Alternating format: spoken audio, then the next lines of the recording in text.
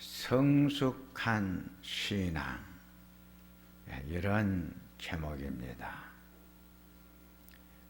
시브리서 11장은 믿음으로 승리한 자들의 이야기를 기록한 장입니다.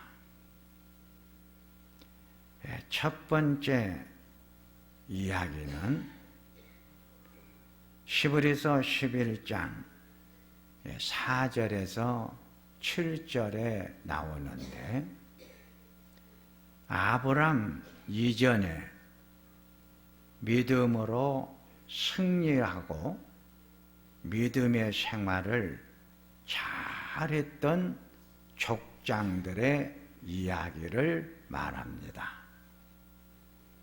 아벨, 에녹, 노아의 성숙한 신앙의 모습을 소개했습니다. 두 번째 이야기입니다. 시브리서 11장 8절에서 22절에 나옵니다. 족장이었던 아브람, 이삭, 야곱, 모세의 믿음의 실체,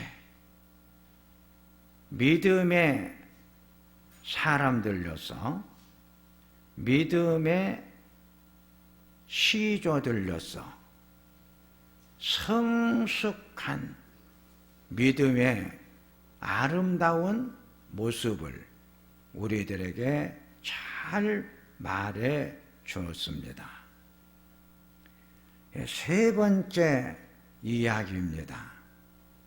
시브리서 11장 23절에서 33절에 나옵니다. 모세와 그 이후 믿음의 조상들에 대한 성숙한 믿음의 이야기를 들려줍니다.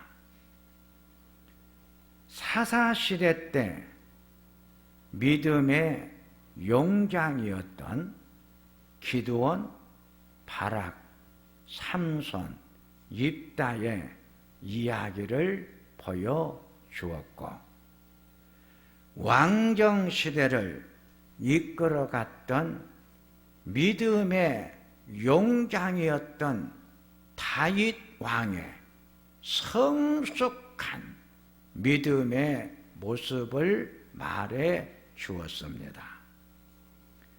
선지자 시대를 대표하는 사무엘입니다.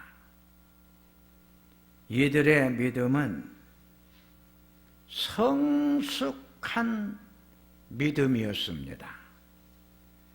이런 믿음의 선조들의 성숙한 믿음을 본받아 우리도 성숙한 믿음을 소유해가지고 성숙한 믿음의 생활을 하자고 하는 것입니다. 믿음으로 승리했던 성숙한 믿음을 소유했던 사람들의 믿음은 첫째, 고난 속에서 만들어졌습니다. 시브리서 11장 36절에서 38절에서 말하는 고난이 성숙한 신앙의 세계를 만들어 주었습니다.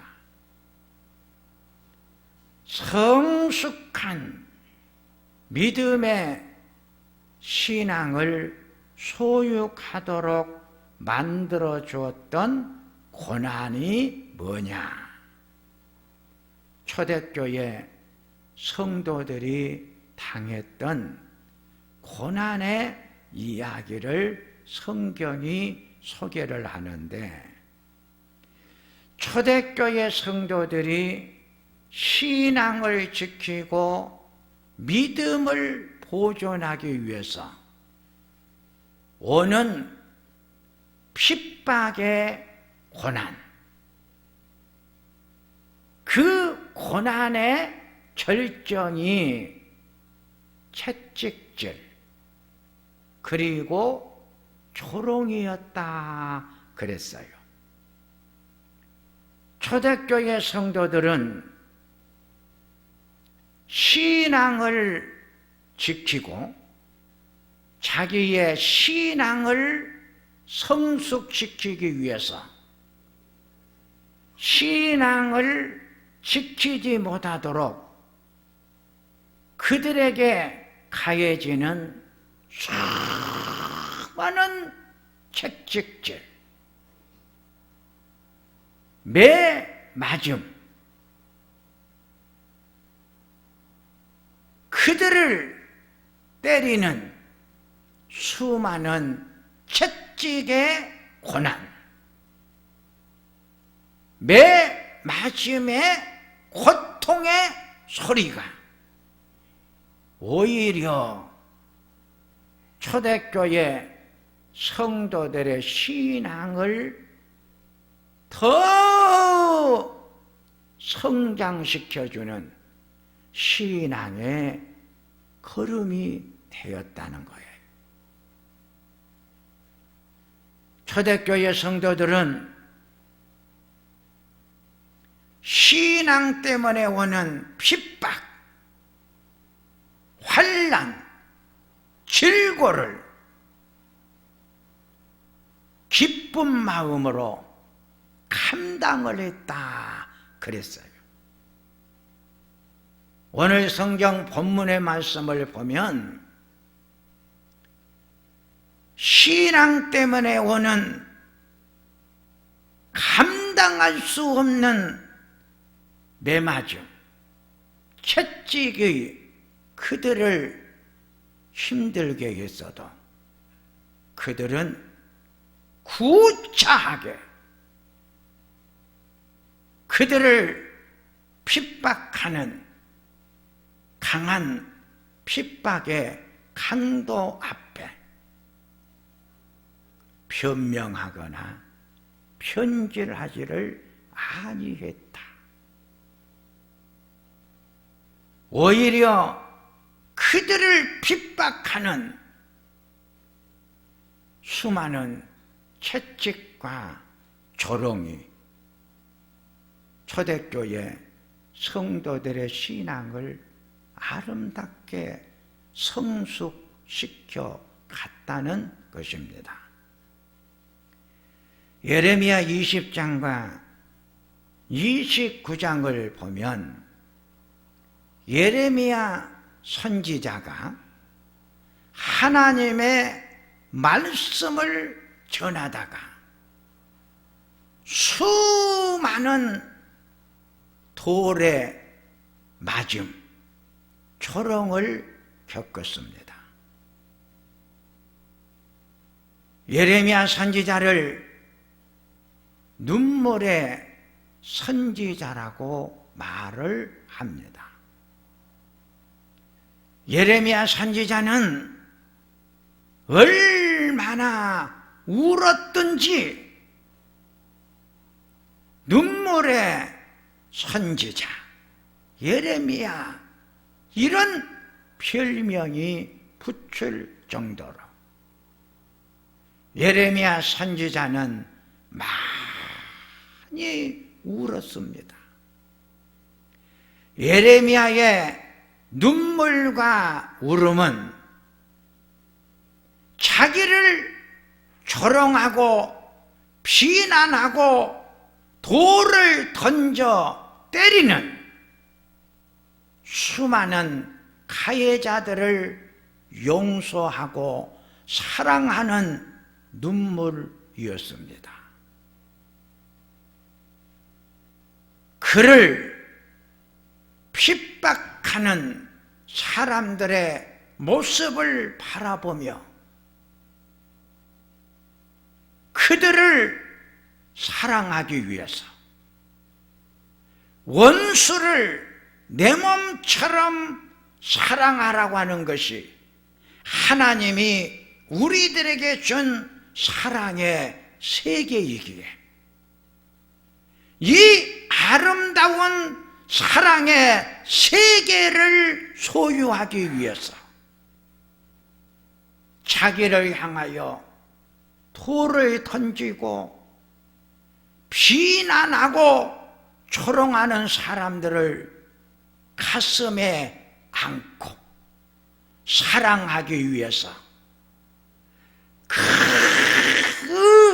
원수를 사랑하기 위한 피눈물 나는 눈물을 흘렸던 것이에요. 예레미야의 이런 원수를 사랑하는 그 사랑의 세계가 예레미야의 신앙을 성숙한 신앙으로 만들어 주었어요. 마태복음 27장 28절 이하를 보면 예수님이 십자가에서 겪는 순환을 마태는 우리들에게 잘 설명을 해 주었는데, 예수님의 십자가의 그 고난의 모습은 옷을 벗기는 수모의 이야기로 시작이 되어요. 옷을 벗김을 받는 수모, 인간에게 가장 큰 수모, 아픔, 고통은 자기의 육체를 가리고 있는 옷을 벗기는 거예요. 로마의 병사들이 예수님의 옷을 벗기기 시작을 하는 거예요. 그리고 예수님의 옷을 제자들이 나누어 갔다고 했어요. 예수님의 십자가의 그 고난의 모습을 화가들이 그린 그림의 모습을 보면 하체를 가리고 있지만 본래 십자가에 매달려 있었던 예수님의 몸은 하체가 가려져 있는 몸이 아니었어요. 가장 인간이 드러내기를 원하지 않는 그 하체의 모습이 만천하에 드러나도록 옷을 벗겨버린 수모, 가시면류관을 머리에 씌우고 유대인의 왕이여 하고 조롱하는 유대인과 로마인들의 조롱의 소리, 예수님은 감당하기가 너무 힘들었어요. 예수님의 머리를 향하여 침을 뱉었다. 침을 뱉는다는 것은 비난과 조롱의 멸시의 극치를 말해요. 가장 조롱의 극치가 침을 뱉는 거예요. 침 뱉음을 받는다는 것은 최고의 수모, 고난을 말하고 있어요. 예수님의 머리를 내리쳤다 그랬어요. 머리는 사람의 권위를 상징하는 거예요. 인간의 권위가 머리에 있어요. 그런데 로마인들이 예수님의 머리를 내리치신 거예요. 예수님의 권위를 무너뜨리고 부숴버린 아픔, 고난, 순환, 멸시를 예수님은 십자가 위에서 다 겪으시면서 예수님이 하나님 아버지를 바라보시며 절규하는 마지막의 소리가 엘리 엘리 라마 사박다니, 나의 하나님 나의 하나님 어찌하여 나를 이렇게 버릴 수가 있습니까? 철저하게 버림을 받았을 때 철저하게 하나님 아버지께서 자기를 버리시는 그 버림이 있어야 우리에게 기쁨의 구원의 소식이 완성이 되고 전달이 되어지는 십자가의 완성이 예수님이 겪는 순환, 아픔, 고통을 통해서 우리에게 오는 축복이기 때문에 예수님은 자기를 버리는 철저한 버림을 기꺼이 감수하고 받아들였던 거예요.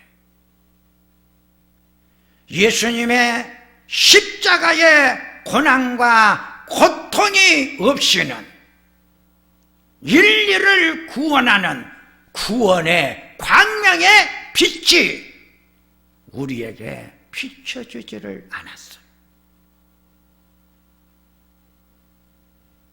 십자가의 조롱, 비난, 아픔은 곧 성숙한 신앙의 세계를 들어가게 만들어주는 은혜의 길이었다.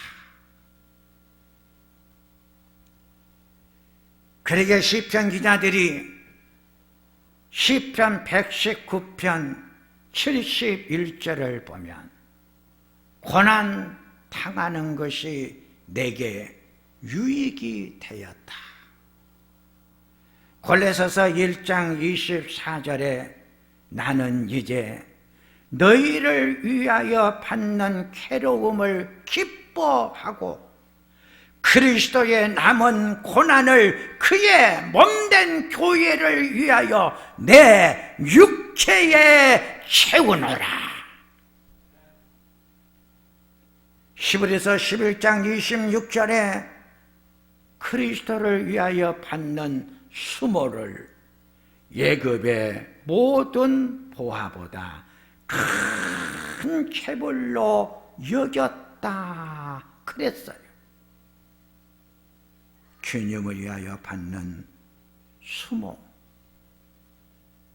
비난, 고난, 아픔이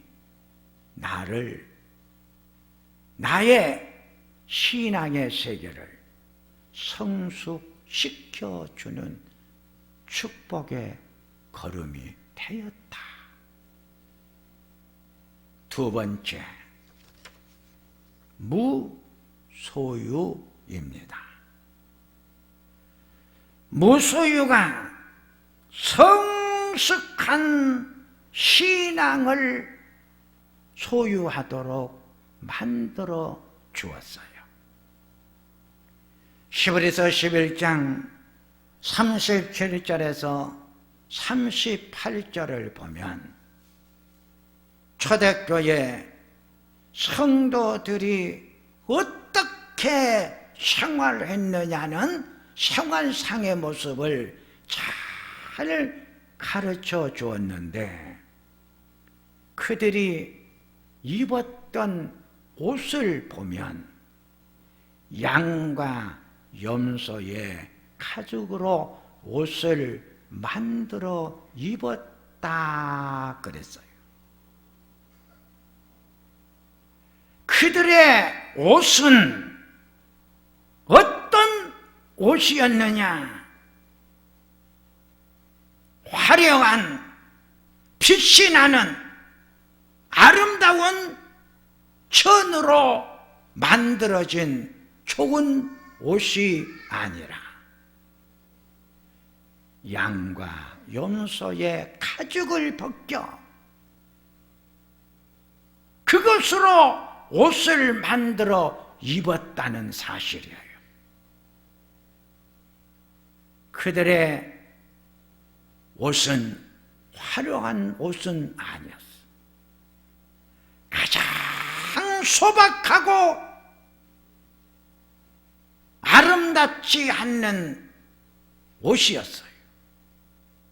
그런데 화려하고 따뜻하고 좋은 옷이 아닌 가장 가난한 사람들이 입는 가난의 옷, 소박한 옷, 그 옷을 입었을 때 그들의 몸을 오히려 더 아름다운 몸으로 만들어줬고, 그의 온기가 사라지지 않는 따뜻함을 보존시켜준 옷이 되었다는 사실이에요.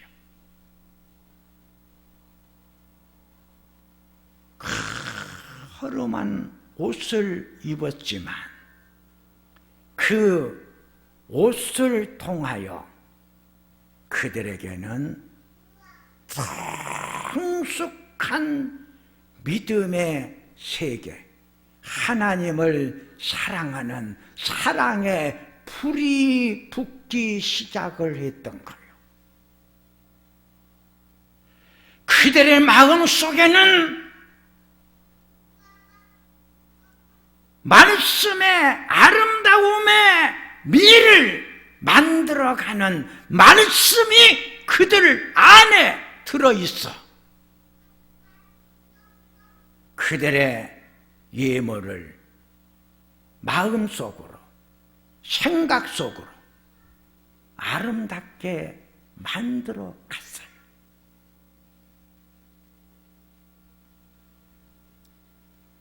초대교회 성도들은 가난의 고통에 시달렸어요. 가장 큰 고통은 가난이었어요. 얼마나 가난했냐면 초대교회 성도들이 신앙을 지키고 믿음을 지키기 위해서 로마 병사들의 채찍을 피하여 돌아다니다 보니까 삶의 자리에 안정이 없어. 그들의 살아가는 삶의 자리는 얼마나 힘들고 고달픈 가난한 삶의 자리였을까요?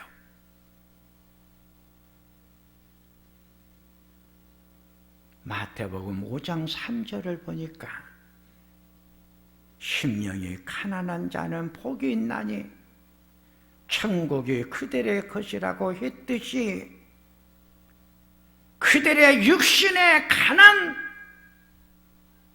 육신의 소유가 없어지면 없어질수록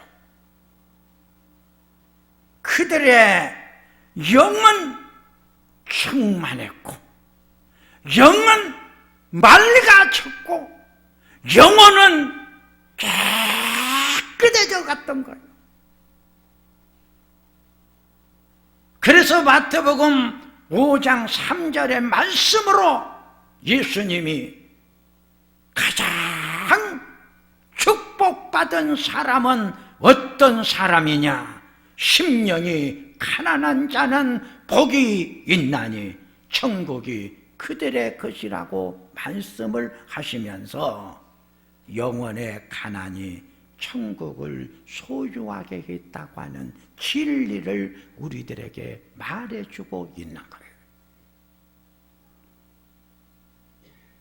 그들의 삶의 거처는 광야, 산, 동굴, 땅굴이었어요.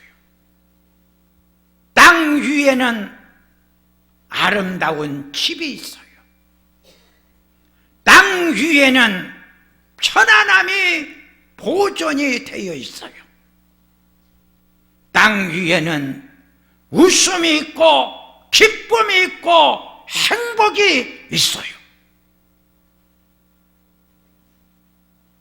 이 땅 위에 모든 것을 소유하지 못하도록 그들을 쫓는 병사들의 소리가 있어요. 핍박, 환난, 질곡, 특히 신앙을 저버리도록, 신앙을 버리도록 가해지는 핍박, 환난을 피해 그들의 삶의 자리가 어디로 갔느냐? 땅 속으로, 동굴 속으로 들어갔던 거요. 땅속 동굴, 기쁨도 없어요. 즐거움도 없어요. 모든 축복의 세계가 없는 곳이요. 초대교회 성도들은 신앙을 지키기 위해서, 믿음을 버리지 않기 위해서 그들은 땅 위에서 땅 속으로 들어갔어요. 땅 속에 들어갔을 때 오히려 그 땅 속이 얼마나 그들을 편안하게 만들어 줬는지 몰라요. 그들을 행복하게 만들어 주었는지 몰라요. 땅굴, 힘들고 고달픈 땅굴, 동굴 속에 그들의 육체의 몸은 들어가 있지만 그들의 정신인 신앙의 세계는 땅 속이 아니라 땅 속과 하늘을 다 소유하는 아름다운 소유로 바꾸어지는 축복이 그곳에서 왔어요. 그러기에 마태복음 5장 4절 말씀이 그들을 향해서 선포되어지는 거예요. 외통하는 자들이 받은 행복은 하나님의 위로다.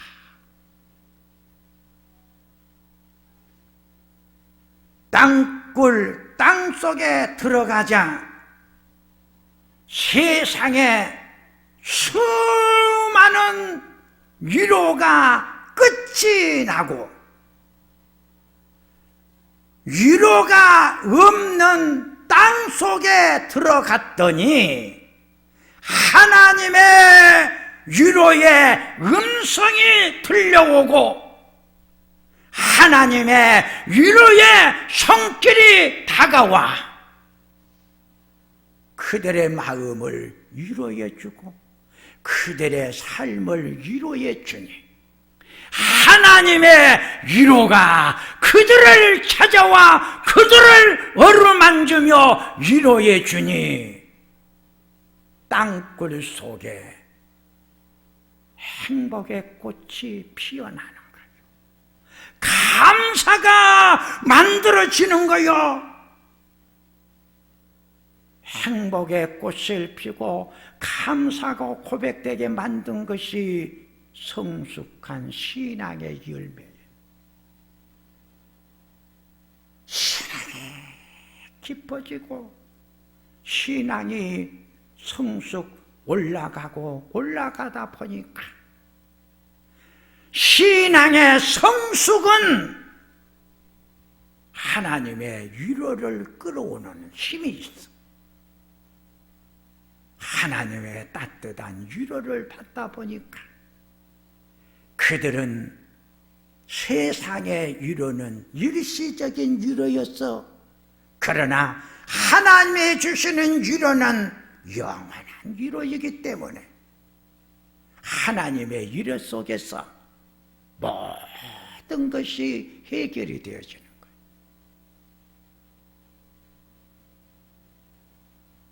무소유 아무것도 소유하지 않는 상태 속에서 성숙한 신앙의 세계를 소유했던 대표적인 사람이 욥이에요. 욥은 물질, 자녀, 건강을 다 잃어버린 속에 성숙한 신앙을 고백했어요. 욥기 1장 9절에서 10절에 보니까 사탄이 하나님께 욥이 하나님을 잘 섬기는 이유는 하나님께서 그의 소유물이 땅에 넘치도록 해 주셨기 때문입니다. 이제 하나님께서 그의 모든 소유물을 거두소서. 그러면 틀림없이 하나님을 향하여 저주할 것입니다. 하나님이 사탄에게 욥의 소유물을 무너뜨려 보아라. 다만 그의 몸은 손대지 말라. 사탄이 모든 소유물을 무너뜨렸지만 욥이 하나님을 향하여 원망하지 않았어요. 하나님은 욥의 믿음을 칭찬해 주면서 사탄에게 욥의 성숙한 믿음을 보라고 했어요. 무소유 속에서 나온 성숙한 신앙의 고백을 들어보라고 하는 것이 오늘 우리들에게 준 메시지예요. 내가 태어날 때 아무것도 가져온 것이 없었사오니 죽을 때에도 아무것도 가져가지 못하리라. 주신 이도 하나님이시요 가져가신 이도 하나님이시니 영원히 하나님을 찬양하며 섬기면서 살겠습니다. 모든 것을 잃어버렸을 때 깨달음이에요. 그동안 얼마나 많은 것을 소유하고 살았었을까 감사했어요. 무소유가 준 성숙한 신앙의 고백이에요. 욥은 모든 것을 다 잃어버렸을 때 깨달음의 축복, 은혜가 왔어요.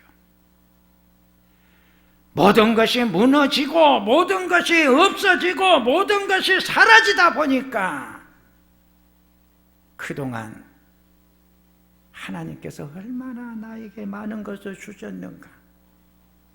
잃어버리고 나서야 소유했던 것을 알았어요. 우리들은 잃어버리기 전에는 내가 얼마나 많이 소유하고 있는가를 몰라요. 그래서 불평해, 원망해. 그런데 욥은 잃어버리고 나니까 하나님이 그동안 나에게 이렇게 좋은 직장도 주시고 좋은 일감도 주시고 좋은 자식들도 주시고 좋은 이웃도 주셨구나. 깨달음. 그래서 깨달음이 성숙한 신앙의 세계로 우리를 초대하는 거예요. 세 번째, 승궁 같은 신앙을 만들어 냈어요. 내가 욥기 23장 3절을 보면 욥이 내가 어찌하면 하나님을 발견하고 그의 처소에 나아갈까? 욥이 하나님의 거룩한 성전을 내가 나아가는데 진짜 내가 믿는 하나님을 제대로 알고 나가자. 내가 믿는 하나님을 정확히 내가 알고 하나님 성전에 나가자. 욥기 23장 5절에 내게 대답하시는 말씀을 내가 알며 내게 이르시는 것을 내가 깨달으리라. 하나님께서 나에게 말씀을 주셨고 늘 말씀을 들려주시는데 그 말씀의 뜻을 내가 좀 깨달을 수 있었으면 좋겠다. 이것이 욥의 심각한 고민이었고 문제였어요.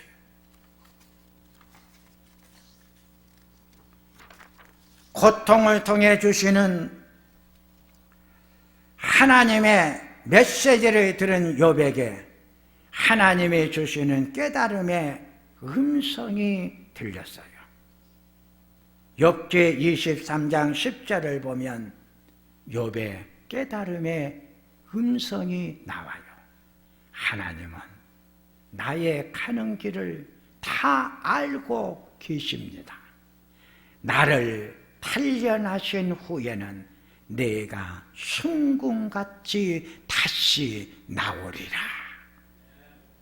욥은 자기가 겪는 수많은 고난이 죄의 형벌로 온 것이 아니고 성숙한 신앙의 경지에 오르게 하는 하나님의 은혜의 선물임을 깨달았어요. 죄의 별로 왔다면 자기의 생명이 죽어야 하는데 욥이 자기의 몸을 보니까 욥은 그의 몸이 부서지고 망가져 있지만 그의 생명은 살아있는 것을 욥은 알았어요.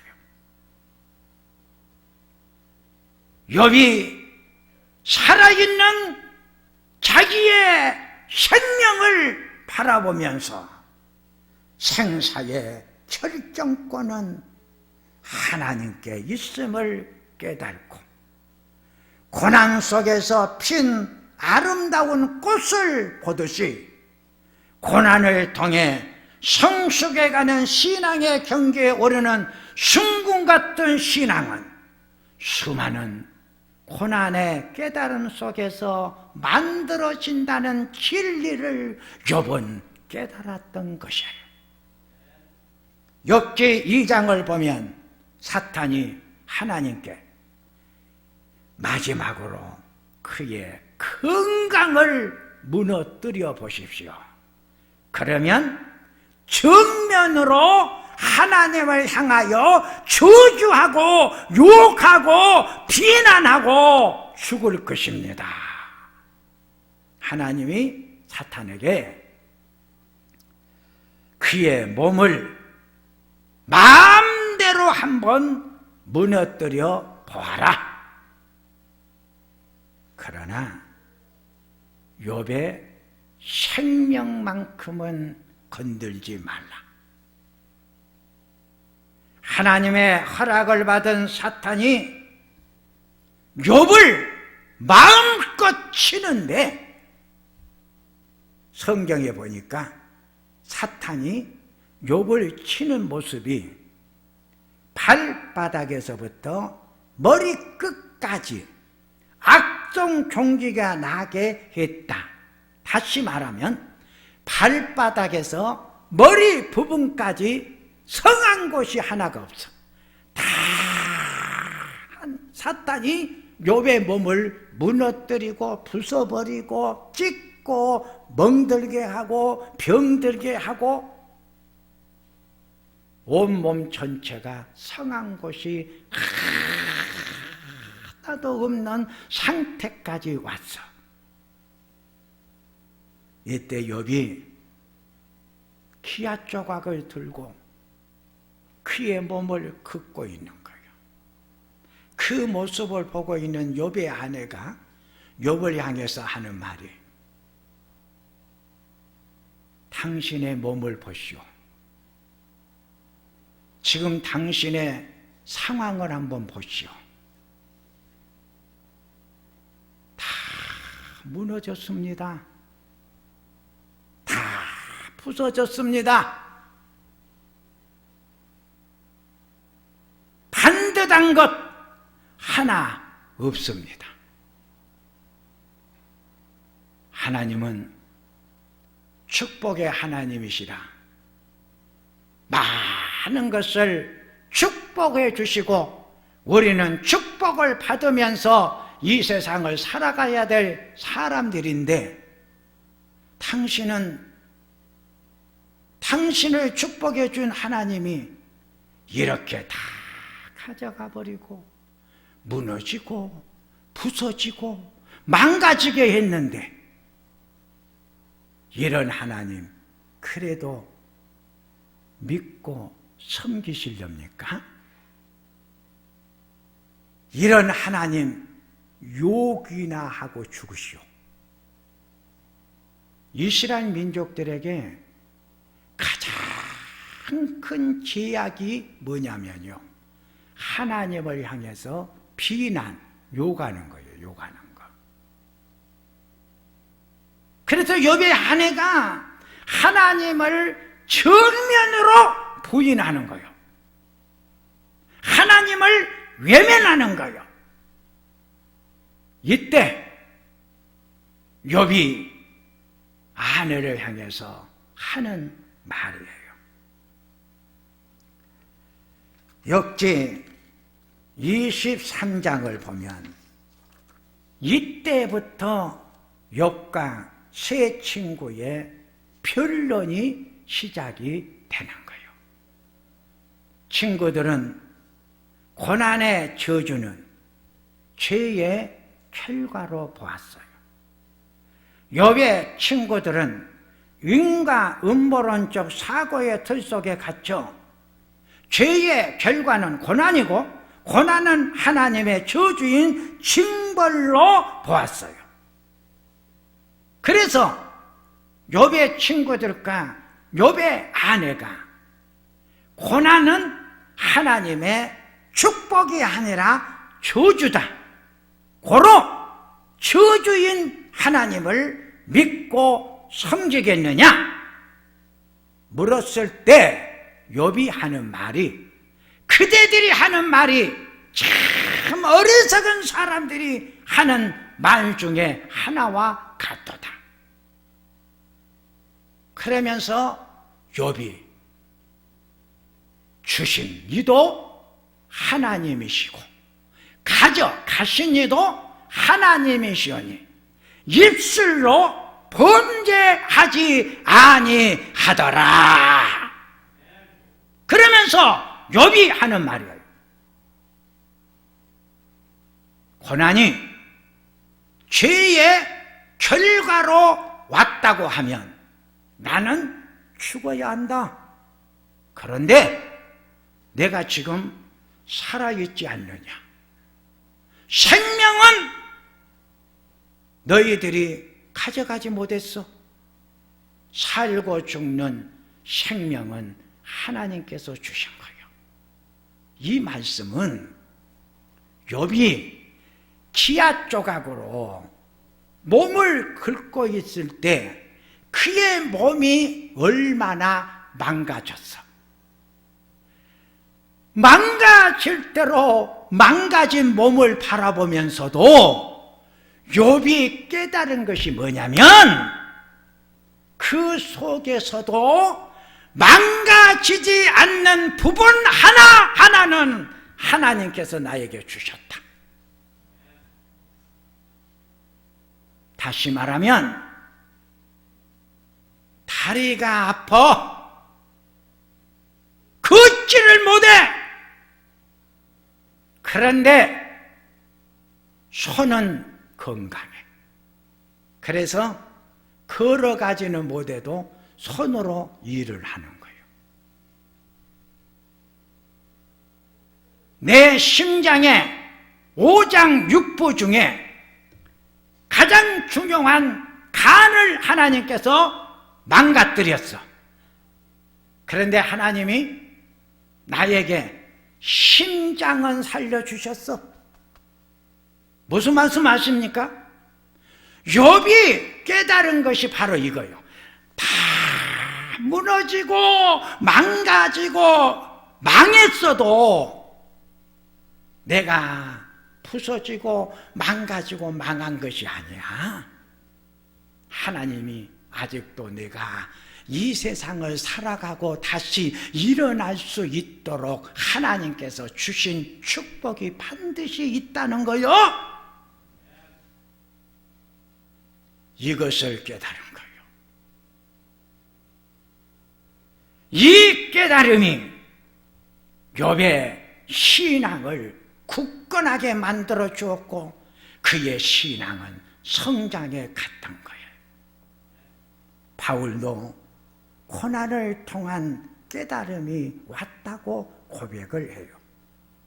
고린도후서 12장 8절을 보니까 내게서 떠나가게 하기 위하여 3번을 기도했다 그랬어요. 기도의 응답은 치유가 아닌 깨달음이었어요. 바울은 눈병으로 평생을 고생을 했어요. 그래서 이 눈병 좀 고쳐달라고 날마다 하나님 앞에 기도했어요. 그런데 기도의 응답은 눈병이 고쳐진 것이 아니라 그 눈병을 통해서 바울에게 깨달음의 은혜를 하나님께서 주신 거예요. 바울이 깨달은 것이 뭔지 아십니까? 말씀드렸던 것처럼 눈병을 고쳐달라고 했는데 눈병을 안 고쳐주고 나로 하여금 깨닫게 하신 하나님. 눈이 아프지만 바울이 생각해 보니까 입은 안 건강해. 입은 다리도 건강해. 그래서 눈병 고쳐달라고 하는 것 때문에 바울이 깨달은 것이 눈병이라는 질병이 고난이 아니라 그 고난을 통해서 나로 하여금 네가 얼마나 아름다운 몸 가지고 이 세상을 살아가도록 하나님이 너의 몸 지체를 하나님이 축복해 주셨는가를 알아라. 여러분, 내가 지금 아파요. 우리 어르신들 허리가 많이 아프죠. 참 다리가 아파. 우리 권사님들 하나님한테 하나님 나 다리 좀 낫게 좀 해주십시오. 하나님 나 허리 좀 낫게 좀 해주시옵소서. 기도를 수없이 드렸을 거예요. 그런데 하나님이 참 기도를 응답해 주셔갖고 내가 그냥 건강하게 걸어왔으면 좋겠고 그냥 맘대하게 앉아있으면 좋겠는데 이 설교를 듣고 있으면서도 허리는 아파, 다리도 장 아파. 그런데 허리 아픈 것 때문에 다른 부분이 건강하게 지금 존재하고 있어서 내가 이렇게 지금 교회도 올 수 있었다. 할렐루야. 깨달으라는 거예요. 깨달으라는 거예요. 이 깨달음이 이런 말씀으로 바울이 고백을 해요. 고린도후서 12장 9절에서 10절에 내 능력이 약한 데서 온전하여 짐이라 내가 약할 그때가 강함이라. 기도의 제목을 두고 기도하다가 깨달음이 왔어요.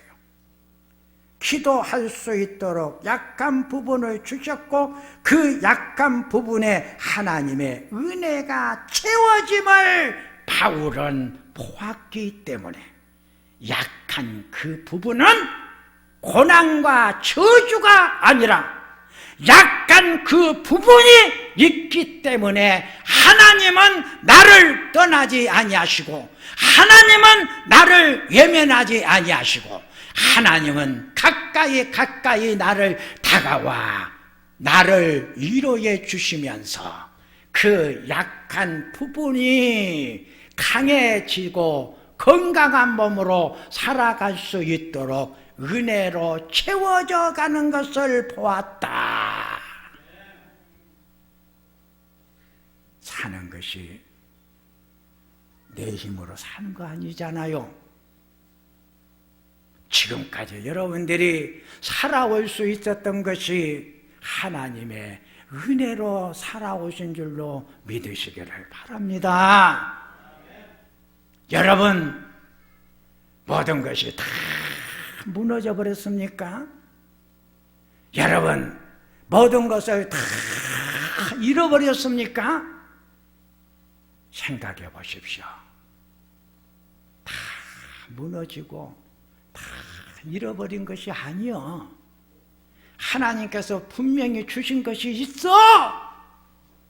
그것을 깨달으라는 거예요. 깨달아. 이제 말씀을 정리합니다. 성숙한 신앙은 고난 속에서 만들어집니다. 성숙한 신앙은 무소유 속에서 만들어집니다. 성숙한 신앙은 순금 같은 신앙을 만들어줍니다. 기도하겠습니다. 하나님, 믿음의 선조들처럼 우리들의 신앙이 성장해 갈 수 있도록 은혜를 내려 주소서. 믿음이 떨어지고 약해지고 낮아져 가기보다 내 믿음이 날마다 깊어져 가고 깊어져 가는 믿음의 세계가 만들어질 수 있도록 하나님, 욥이 깨달고 바울 사도가 깨달은 깨달음의 은혜를 주소서. 예수님의 이름으로 기도하옵나이다. 아멘.